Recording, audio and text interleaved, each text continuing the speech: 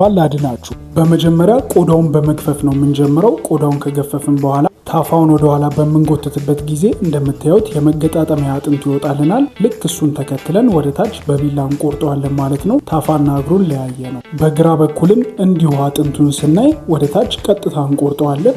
ታፋና እግር ጨረስን ማለት ነው። በመቀጠል ዶሮን እናዞርና የሆድ ዕቃውን ወደ ታች እንደምትመለከቱት እንቆርጠዋለን። እዚህ ጋራ ያለው አጥንት ስስ ስለሆነ ለመቁረጥ አያስቸግረንም። ይህንንም ጨረስን። በቀጣይ የምንሄደው ወደ ዊንጉ ሲሆን በቀላሉ ይሰበርልናል። መገጣጠሚያውን ካጠፍን በኋላ ሲሰበር እንደምትመለከቱት እሱንም በቢላ እንቆርጠዋለን። ዊንጎቹን ጨረስን ማለት ነው። ዋናውና ፈታኝ ሊሆን የሚችለው ቦታ ብረስቱ ነው። ብረስቱን መሀል ለመሀል አጥንቱን ተከትለን ነው የምንሰነጥቀው። ከዛ ስለት ባለው ቢላ አጥንቱን ተገን በማድረግ ወደ ታች ብዙ ስጋ አጥንቱ ላይ ሳንተው እንቆርጠዋለን ማለት ነው። እንደምትመለከቱት ከክንፉ የሚቀረውን አጥንት መገጣጠሚያውን ፈልገን እንደዚህ ቆርጠን እናወጣዋለን።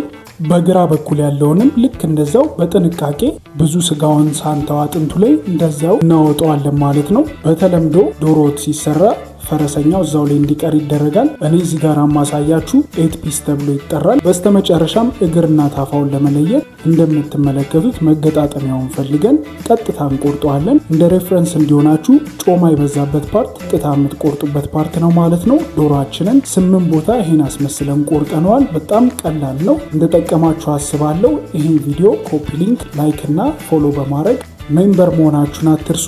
ይመቻችሁ። ፒስ አውት።